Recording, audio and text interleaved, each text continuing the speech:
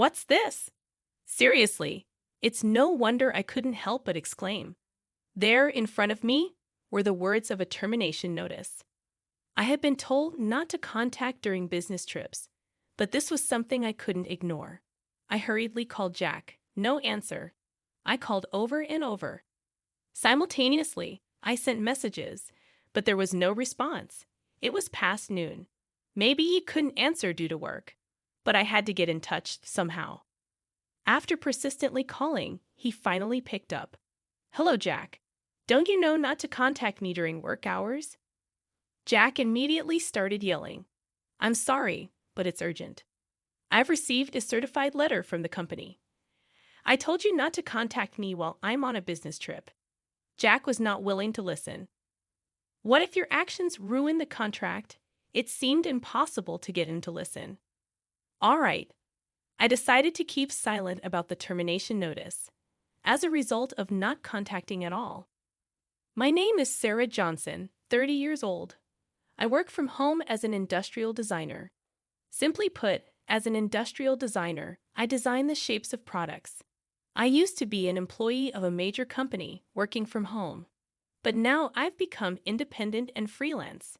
Thankfully, my work is going well, and I'm earning a decent income. At 26, I married Jack, whom I met through a friend's introduction. Even after getting married, I continued to work for the company. But when I became pregnant with our 2-year-old son, Kyle, I switched to working from home. Since then, I've been working from home while Jack worked at the office. After maternity and parental leave, I returned to work from home. Although my salary was lower than when I was going to the office, it's easier on my mind and body than commuting and leaving the child in daycare. Our company created a great system. However, Jack seemed unsatisfied with my reduced salary. Shouldn't you go back to work, even if it means putting Kyle in daycare? We've got a mortgage to pay, and with the economy being down, the company's performance isn't looking up either. Well, that's true. But if we put Kyle in daycare, we have to pay for that too. I think it would end up costing about the same. When we got married, Jack and I took out a joint mortgage to buy our new home. Renting is like throwing money away. It's better to stretch a bit and buy a place. It'll be easier in the long run. Jack, who works at a securities company and is fussy about finance and assets, would argue. Convinced by his point, I agreed, and we bought the apartment, located near a convenient station for commuting. It was a bit pricey, but we were told it would appreciate in value. Life was peaceful until I started working from home. But then Jack began to show his discontent. It seemed it wasn't so much about the money, but rather he felt it was unfair that I was the only one staying at home. If the costs are going to be the same, you might as well go back to work. Staying home all the time leads to a lack of exercise and isolation from society.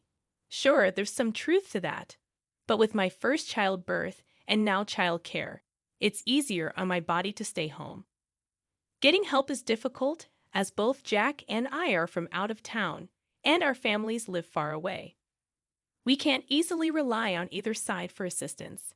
When I brought up this topic, I could sense Jack's real feelings from his muttered response. It's unfair that only Sarah gets to stay home. I wish I could too, but there's a difference in our jobs. I'm a designer and Jack is in sales. I can finish designs on my computer and just send the data, but Jack's work can't be done from home. That's true, but still, it feels unfair that only Sarah gets to enjoy this nice house, he complained. Hearing these words surprised me. What do you mean enjoy alone? This is our home. Yours, mine, and Kyle's. First of all, we're both paying the mortgage. The rights should be split equally. Jack's childish remarks made me worry if he was really okay. Even as a father, Kyle was growing up well, and I was managing both child care and work from home. I also took the bold step of becoming independent as my work was well received, and I started getting offers from business contacts.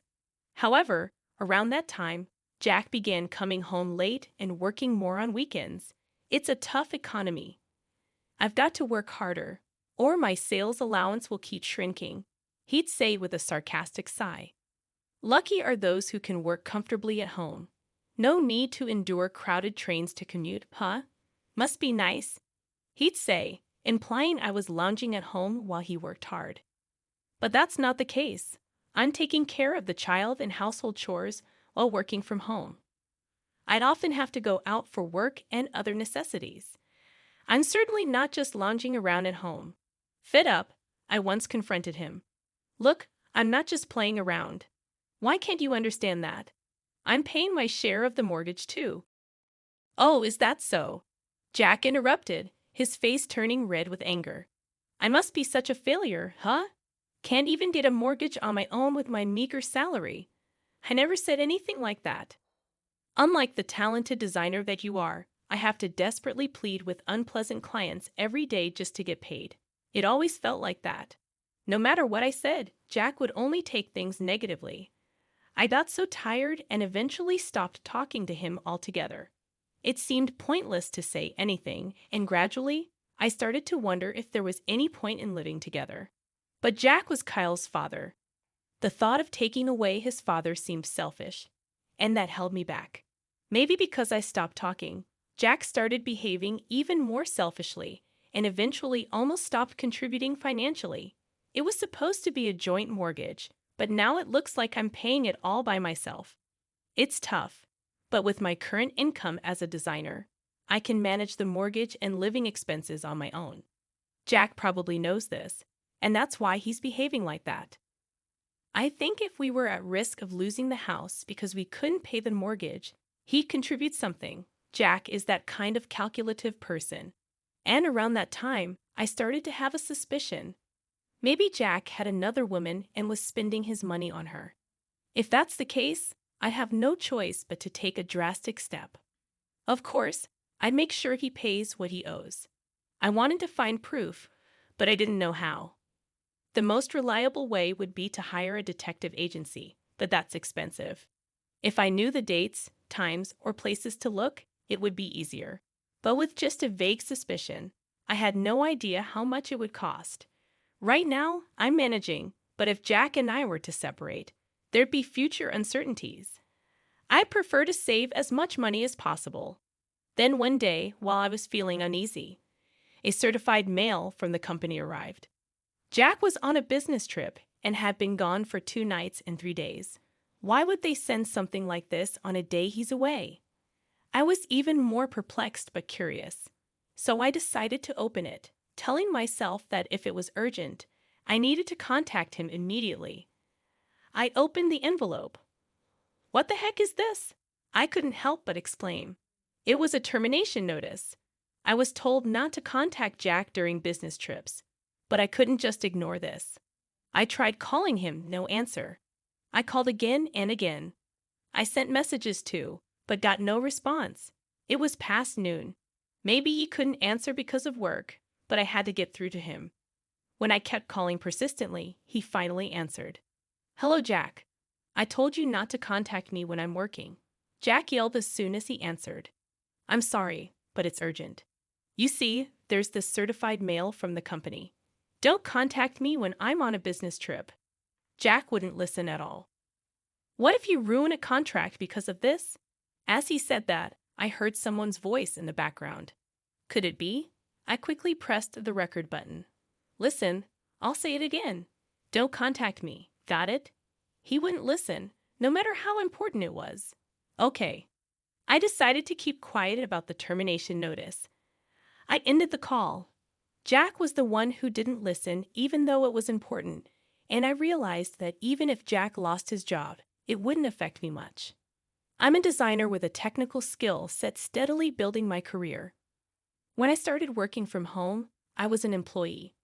As an employee, I had to report daily to the company how many hours I worked and such.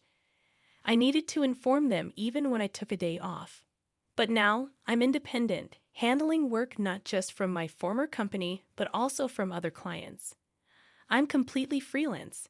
Since becoming freelance, I've been taking on a lot more work and earning several times more than when I was an employee. I could leave Jack and be just fine, but still, it would be a shame to end it like this. That call, I think the voice was a woman's. listening carefully to the recording.